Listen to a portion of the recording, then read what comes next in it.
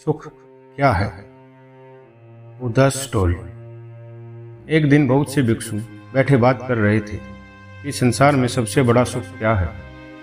अगर संसार में सुख ही था तो छोड़कर आए क्यों? जब संसार में दुख ही दुख रह जाए तभी तो कोई संन्यास होता है।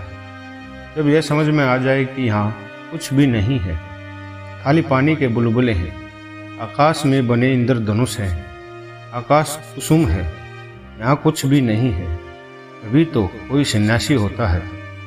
संन्यास का अर्थ ही है संसार व्यर्थ हो गया है। जानकर अनुभव से, अपने ही साक्षात्कार से ये भिक्षु ऐसे ही भागकर चले आए होंगे। किसी की पत्नी मर गई होगी, सन्यासी हो गया। किसी का दिलवाला निकल गया तो सन्यासी हो गया।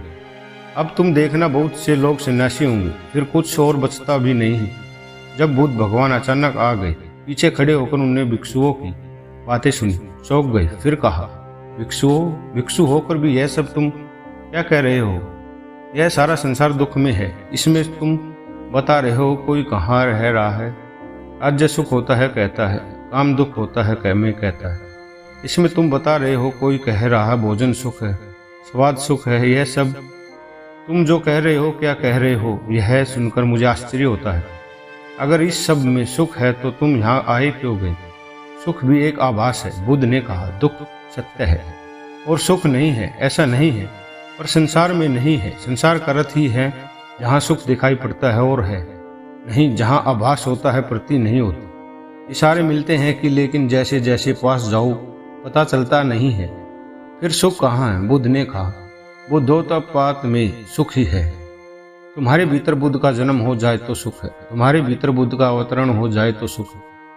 बुद्धोत्पात, यह बड़ा अनूठा शब्द है। तुम्हारे भीतर बुद्ध उत्पन्न हो जाए तो सुख है। तुम जब जाओ तो सुख है। सोने में दुख है, मूर्छा में दुख है, जागने में सुख है, धर्म श्रवण सुख है, तो सबसे परम सुख तो है बुद्धोत्पात की तुम्हारे भीतर बुद्धो पैदा हो जाए।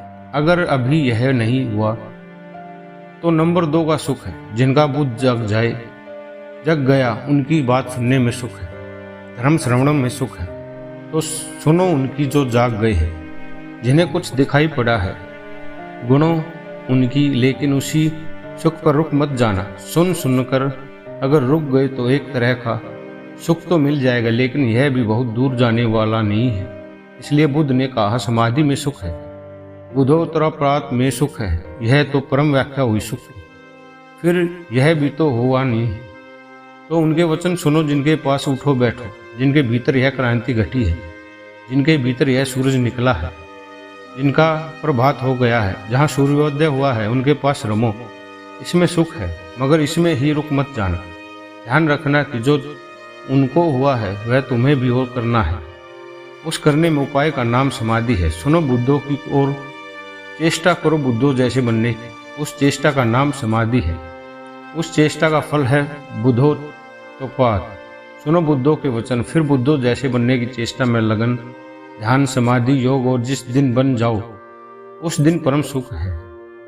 दोस्तों, कहानी से प्रेरणा मिली हो तो अपने दोस्तों को भी शेयर करें और कहानियों को पढ़ने के लिए हमारे YouTube चैनल को सब्सक्राइब करें।